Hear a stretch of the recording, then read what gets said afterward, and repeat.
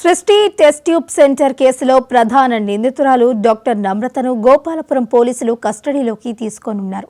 ఈ కేసులో A1 నిందితురాలుగా ఉన్న నమ్రతను 5 రోజుల పాటు కస్టడీకి అనుమతిస్తూ సికింద్రాబాద్ కోర్టు ఆదేశాలు జారీ చేసింది. ప్రస్తుతం చెంచల్గూడ జైల్లో ఉన్న నమ్రతను పోలీసులు కస్టడీలోకి తీసుకొని ఈ కేసుపై లోతుగా విచారించనున్నారు.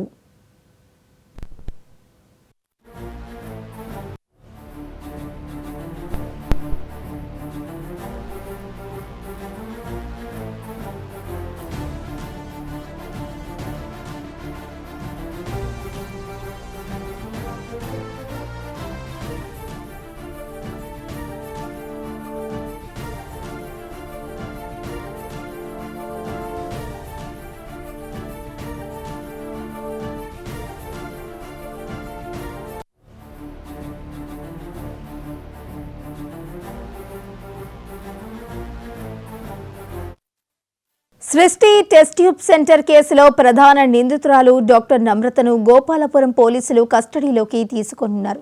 ఈ కేసులో A1 నిందితురాలిగా ఉన్న నమ్రతను 5 రోజుల పాటు కస్టడీకి అనుమతిస్తూ సికింద్రాబాద్ కోర్టు ఆదేశాలు జారీ చేసింది. ప్రస్తుతం చెంచల్గూడ జైల్లో ఉన్న నమ్రతను పోలీసులు కస్టడీలోకి తీసుకుని ఈ కేసుపై లోతుగా విచారించనున్నారు.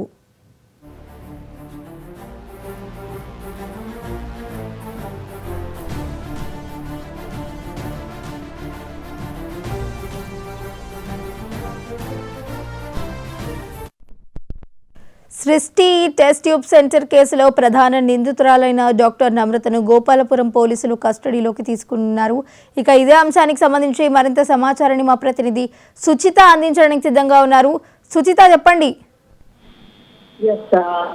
వైష్ణవి, ఇప్పుడు గత వారం నుంచి కూడా టాపిక్ సృష్టి టెస్ట్ సెంటర్ అలాగే కళ్యాణి గురించి అయితే మాట్లాడుతూ గత 5 రోజుల నుంచి బయటకున్నాయి. అసలు ఎక్కడ లేని నిజాలు కళ్యాణికి సంబంధించిన రివార్డ్ రిపోర్ట్ లో కూడా కొత్త కొత్త నిజాలు బయటకు వచ్చాయి. అయితే 5 రోజుల నుంచి కూడా ఈ రోజు నుంచి 5 రోజుల పాటు అయితే నమ్రతని కస్టడీలో పోలీసులు విచారించబోతున్నారు. అయితే కూడా జైలు నుంచి కస్టడీలో తీసుకోబోతున్నారు. గోపాలపురం పోలీసులకు సంబంధించిన కేసు సంబంధించిన పోలీసులు అయితే ఆవిడ విషయం చేయబోతున్నారు. అలాగే వైష్ణవి నిజాలు బయటకు వస్తున్నాయని చెప్పుకోవచ్చు. ఏదైతే నమ్రత ఏవరంగా ఉన్న నమ్రత ఎవరైతే ఆవిడ కళ్యాణ్ అంటే